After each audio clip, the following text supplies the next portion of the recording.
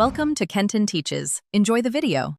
You start inside Steam, so open the client and sign in if required. Once done, go straight to Library and pick the game you want to verify. This is the target. Right-click the game and choose Properties. This opens the controls you need. You do this because Steam stores verification tools per game, and accessing properties first saves time.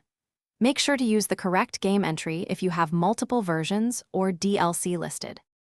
In Properties, switch to the Local Files tab, since that contains the verification tool and file path info.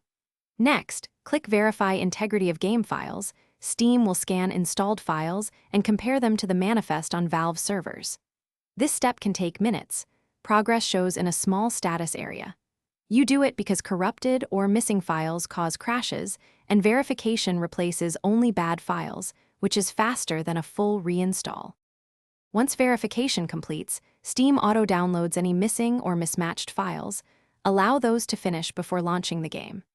After that, restart Steam and then run the game to confirm the issue is resolved. You're testing the fix. If files keep failing to verify, clear Steam's download cache and repeat the process, or temporarily disable antivirus, because interference often blocks file writes. As a last resort, reinstall the game. This guarantees a clean install, but takes longer. Thanks for watching. Please subscribe if this video was helpful.